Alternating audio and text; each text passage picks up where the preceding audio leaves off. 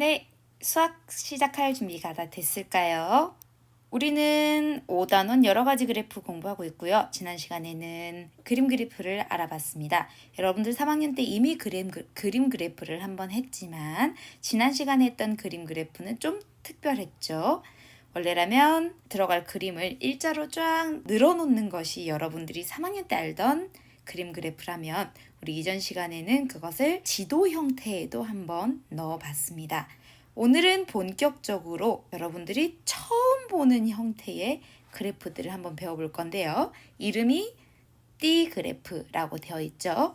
우리 항상 그림 그래프를 제외하고는 그래프 앞에 오는 것들이 그 그래프의 전체적인 모양을 나타냈었습니다. 막대 그래프 그리고 꺾은 선 그래프가 그랬죠. 오늘 그래프는 그럼 띠 모양일 것 같죠? 한번 보겠습니다. 네, 교과서 96쪽입니다. 띠 그래프를 알아볼까요? 되어 있죠. 한번 볼게요. 연순회 반 학생들은 학교 도서관에서 책을 한 권씩 빌렸습니다. 반 학생들이 빌린 책을 조사하여 종류별로 정리했습니다. 물음에 답해보세요. 라고 하고 있네요. 아하, 그래서 이건 이제 가공되지 않은 원래 데이터입니다. 그쵸? 도서관에서 빌린 책의 종류고 한 권씩 종류가 다 나와 있어요. 그러면 우리 이거 이제 표로 정리해야 되겠죠. 여러분들 이런 로 데이터를 표로 정리하는 것은 그림 그래프 3학년 때 그림 그래프 때도 했었고 그 다음에 4학년 막대 그래프 그 다음에 꺾은 선 그래프 때도 했었기 때문에 어렵지 않게 하실 수 있으실 거예요. 한번 같이 선생님이랑 동시에 해보도록 합시다. 자, 먼저 과학부터 표시를 해볼까요? 과학을 찾아서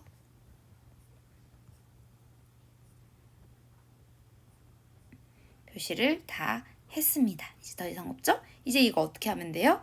숫자를 세어서 안에 권수에 넣으면 되죠. 몇 권이에요? 7권이네요. 그 다음은 이제 문학으로 가야죠.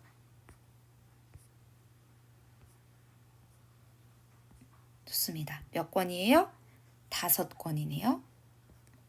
그 다음은 역사 가야 되겠죠.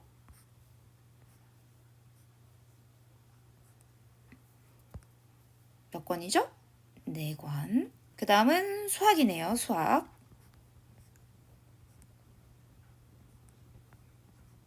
다음은 언어입니다.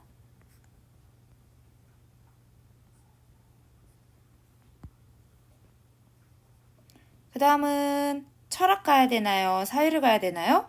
근데 선생님 기타라고 나와 있고 철학이랑 사회가 없어요. 그러면 여기는 철학과 사회를 합쳐서 동시에 넣습니다. 몇을 넣으면 되죠? 2를 넣습니다. 우리가 제대로 세서 넣었다면 합계가 몇이 나와야 돼요? 5명씩 하나, 둘, 셋, 넷, 5줄이니까 5 곱하기 5에서 전체가 25가 나와야 되네요. 한번 볼게요. 12명, 8명, 그럼 이렇게 20명이고 5명이니까 25 맞게 들어갔네요.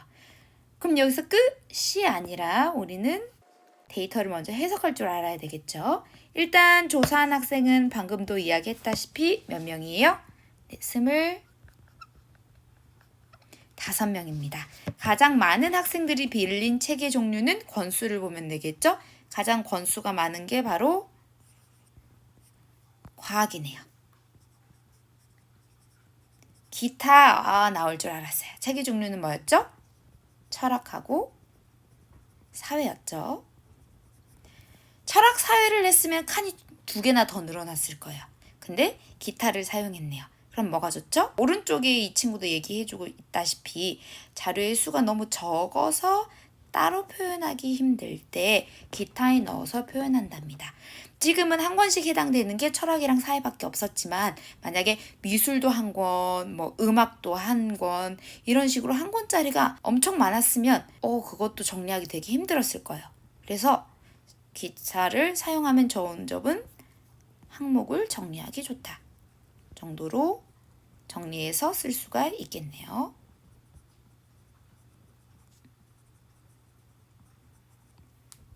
좋습니다. 그러면 우리 이제 여기까지 기타가 있는 이유랑 그 다음에 표로 나타내기 복습을 했습니다. 제대로 수치를 넣는지 더해서 합계가 똑같은지를 확인하면 된다는 것도 이야기를 했고요. 그럼 우리 이제 97쪽으로 가볼까요? 네, 이제 우리 본격적으로 띠 모양 그래프 그리기를 한번 해봐야 되겠죠. 첫 번째 문제는 근데 다시 표예요. 아까 앞에 표랑 뭐가 달라요? 백분율이 생겼어요. 문제도 백분율을 구해서 표를 완성해 보시오 나와 있네요. 우리 비와 비율이 이 단원에서 여러분들이 해야 되는 내용에 포함되어 있던 이유입니다. 백분율이 뭔지부터 우리 복습을 좀 해봅시다. 백분율은 비율의 한 종류였습니다. 어떤 종류였죠? 비율에 들어가는 숫자가 두 개가 있었죠. 비교하는 양과 기준량이 있었는데 이 중에서 기준량을 무조건 100으로 만들었을 때에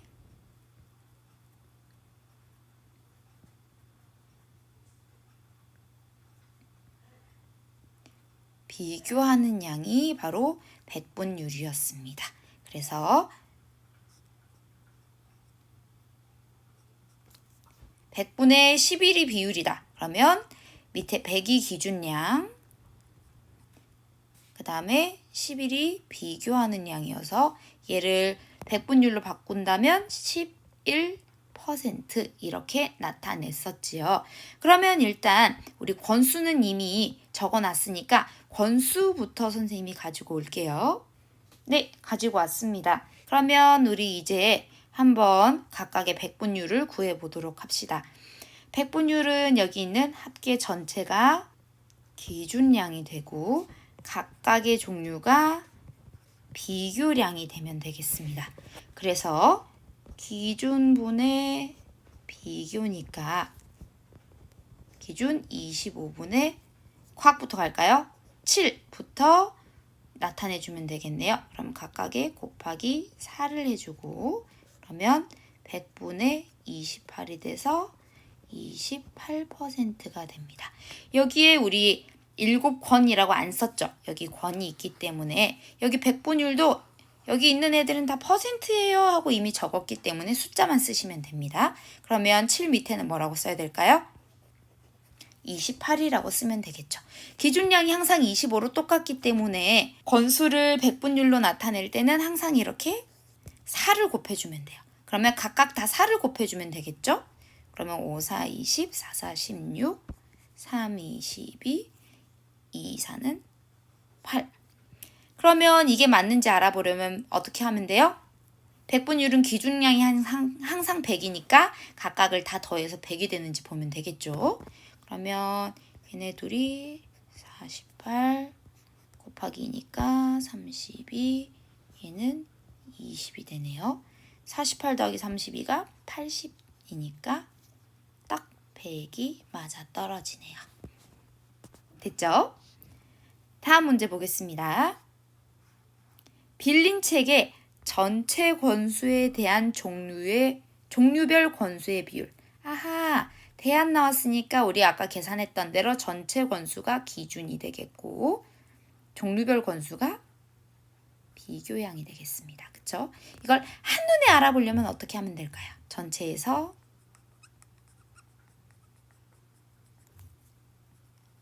각 종류가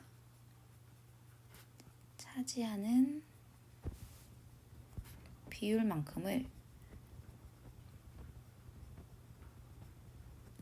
나누어서 색칠해주면 돼요.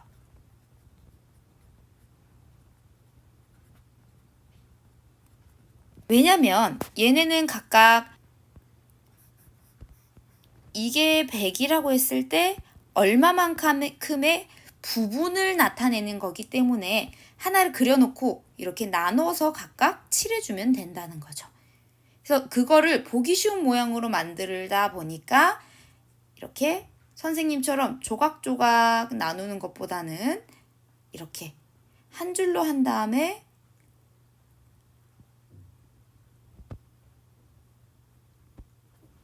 한 줄로 늘어놓는 것이 한눈에 더 잘 들어온다는 거죠. 그러다 보니까 이게 바로 띠 그래프가 되었습니다. 그래서 선생님 방금 여기서 이야기했던 모양이 밑부분에 나옵니다. 위에 여러분들이 정확한 비율을 알게 하기 위해서 눈금자가 나와 있고요. 그쵸? 백칸으로 이루어져 있는 눈금자입니다. 과학은 20, 25, 26, 27, 28 이렇게 해서 밑에 퍼센트가 써져 있지만 친절하게 그걸 보지 않아도 눈금자를 통해서 확인을 하실 수가 있습니다. 여러분들 그리는 입장에서는 여기 있는 눈금자가 아주 유용하겠죠. 자, 그러면 우리 이제 이 그래프를 해석을 한번 해볼까요? 띠 그래프를 보고 알 수 있는 내용을 말해보세요. 정말 여러 가지 알 수 있을 것 같아요. 그쵸? 일단 가장 많은 학생들이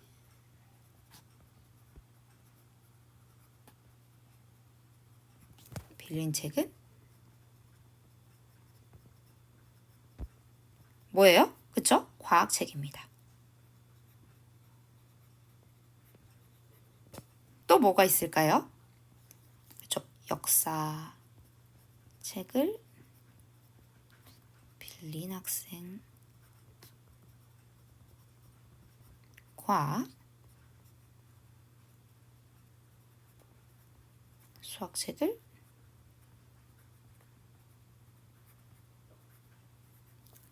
수학책을 빌린 학생의 수는 뭐 같다.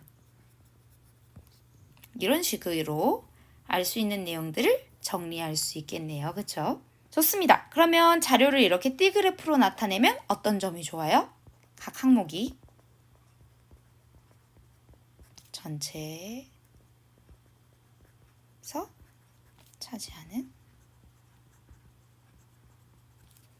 비율을 한눈에 볼 수 있다는 점이 가장 큰 특징이 되겠습니다. 그러면 이 그래프가 여러분들이 지금까지 배웠던 다른 그래프들과의 차이점은 뭐예요? 그쵸? 뭐예요? 구체적으로 몇 명이 과학책을 선택했는지는 알 수가 없어요. 우리가 표에서 먼저 봤었기 때문에 전체는 25명이고 과학책을 빌린 사람은 7명이야. 이걸 알 수 있지만 앞에 표 작성했던 과정 그런 거 안 보고 딱 이 그래프만 본 사람은 여기 있는 종류별 권수 그래프가 25명을 대상으로 한 조사인지 100만 명을 대상으로 한 조사인지 알 수가 없겠죠. 에이 선생님 그러면 실제 수치도 알 수 없는 그래프를 어디다 써요? 어디에 쓸까요? 실제로는 전체에서 몇 명이 무엇이고 몇 명이 무엇인지를 나타내는 데 많이 씁니다. 예를 들면 우리 반은 해서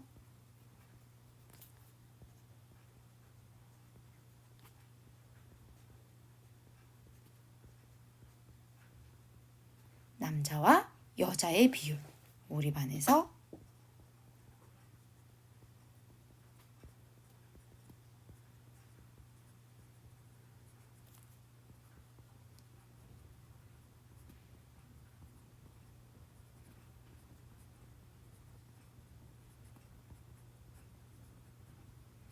이런 식으로 전체가 정해져 있고 그 안에서 각 구성원이 얼마만큼을 차지하는지를 이렇게 나타낼 수 있습니다. 선생님 같은 경우에서는 요즘 성적표 처리를 하고 있기 때문에 우리 반에서 평가 상을 받은 사람과 중을 받은 사람과 하를 받은 사람의 비율 같은 것을 요즘 구하고 있네요. 좋습니다. 오늘 띠그래프 첫 시간인데 여러분들이 그래프의 개념에 대해서 혼동하지 않았으면 좋겠습니다. 이전까지의 그래프랑 띠그래프는 완전히 다른 종류라고 생각하시면 됩니다. 띠그래프와 같은 것들은 그래서 비율 그래프라는 이름으로 따로 묶거든요. 그래서 뭐 그리는 방법이라든지 데이터를 쓰는 것은 똑같지만 완전 파격적인 느낌이죠. 각 항목이 몇 명이 응답한 건지를 전혀 알 수 없는 그래프가 되겠습니다. 좋습니다. 오늘 띠그래프에 대한 공부한 것을 바탕으로 여러분들은 수학 익힘 64쪽과 65쪽을 풀고 공부하시면 되겠습니다.